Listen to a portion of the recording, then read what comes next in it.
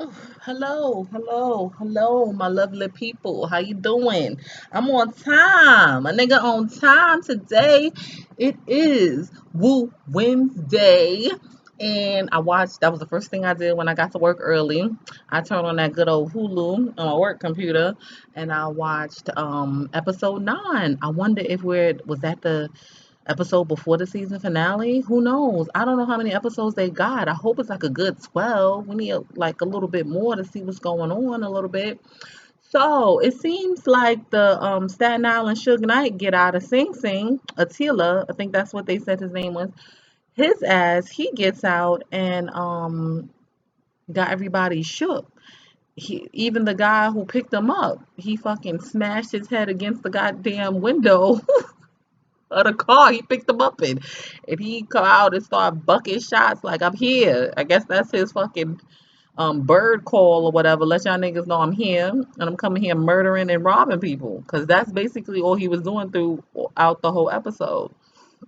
And our lovely Bobby, he's trying to get his life together. He goes talking to the white lady Monica at Tommy Boy, asking like, "What's up? What's going on? Like, why did like I thought you liked me. You talk all this shit, and the numbers didn't do too well at all." My baby boy. Yeah, that it didn't do well. This is my hard thing. For real? Numbers didn't do well and all this other stuff. You know that music industry bullshit, blah blah blah blah. That's how it is. Meanwhile, when he goes see Dre, aka I call him Marlo from The Wire, of course, he's trying to see if he's dropping him too. And he was like, yeah, he got other clients he got to think about, mainly his cousin Jizza. Jizza's out here doing his little golden robe photo shoot type thing going on. So it seemed like his career is taking off by, just being himself. And Bobby's basically trying to figure out like what to do. He wants to do music. This is his shit. This is what he wants to do. Maybe even as a producer, not even as like, a rapper or whatever. Sorry, mommy duties. You never on break for mommy duties. But yeah, Bobby just wants to be and do music. That's his shit. That's what he wants to do. Meanwhile, it seems like everybody else is like moving forward. Like I said, Jizza, Shah, aka Raekwon, he meets up with the Jamaican nigga that like to fuck bitches on camera, on his camcorder and shit like that. Yeah, he got a studio in his basement, so he wanna rhyme and all this other stuff. And Power's not with it. That's his best soldier, so he's not really with it like that or whatever. But Shaw meets this little fine, little pretty brown thing, and come to find out she was the feds, she was cops or whatever, she's undercover or whatever the case may be. Good thing Power pulled him out just in time when everything was going, but it looked kind of suspect when he pulled him out the studio and they talking or whatever the case may be. That's how that whole thing went down.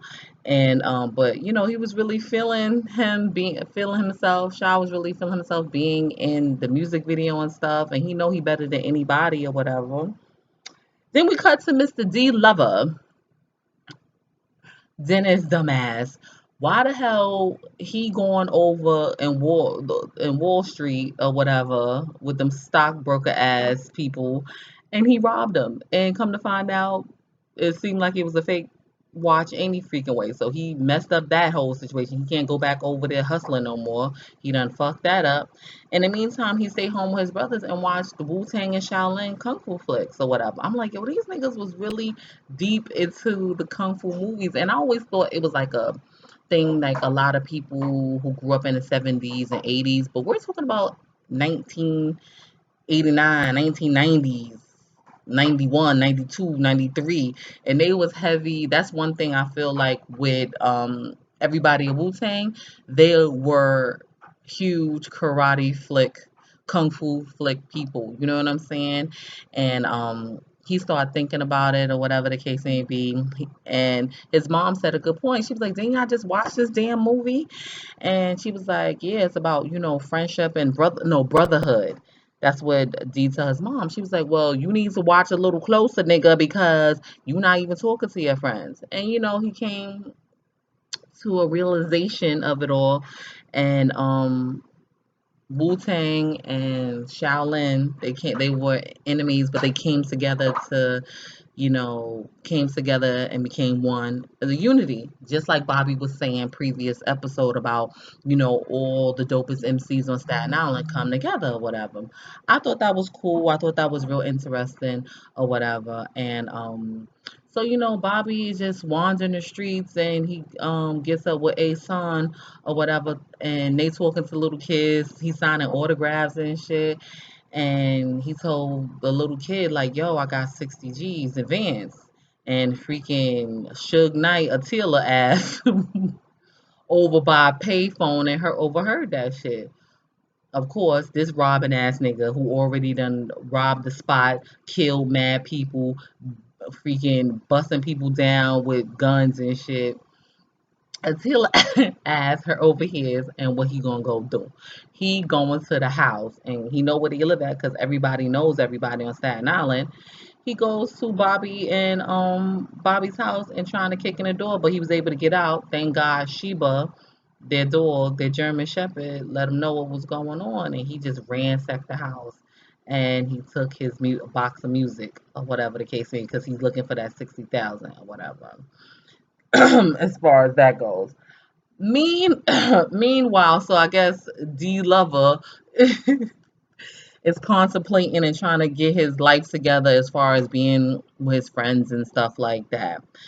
And thank God, Mr. Devon, aka Vaughn, he over there in his carpet cleaning business, listening to these young white men making 25 mil, 30 mil, and stuff like that. And he had to do an overnight shift, and he read one of their books. So I guess that's mainly how he taught himself about the business and everything, which was real interesting. Devon is a very interesting character, like, to say the least. So D Lover, Shuri, they take a little quick trip to Ohio. Mama is gardening. Tyrone, what's his name? Jerome is cooking steaks and goddamn salad and corn on the cob and shit. And Shuri, she supposedly was late and she had an audition.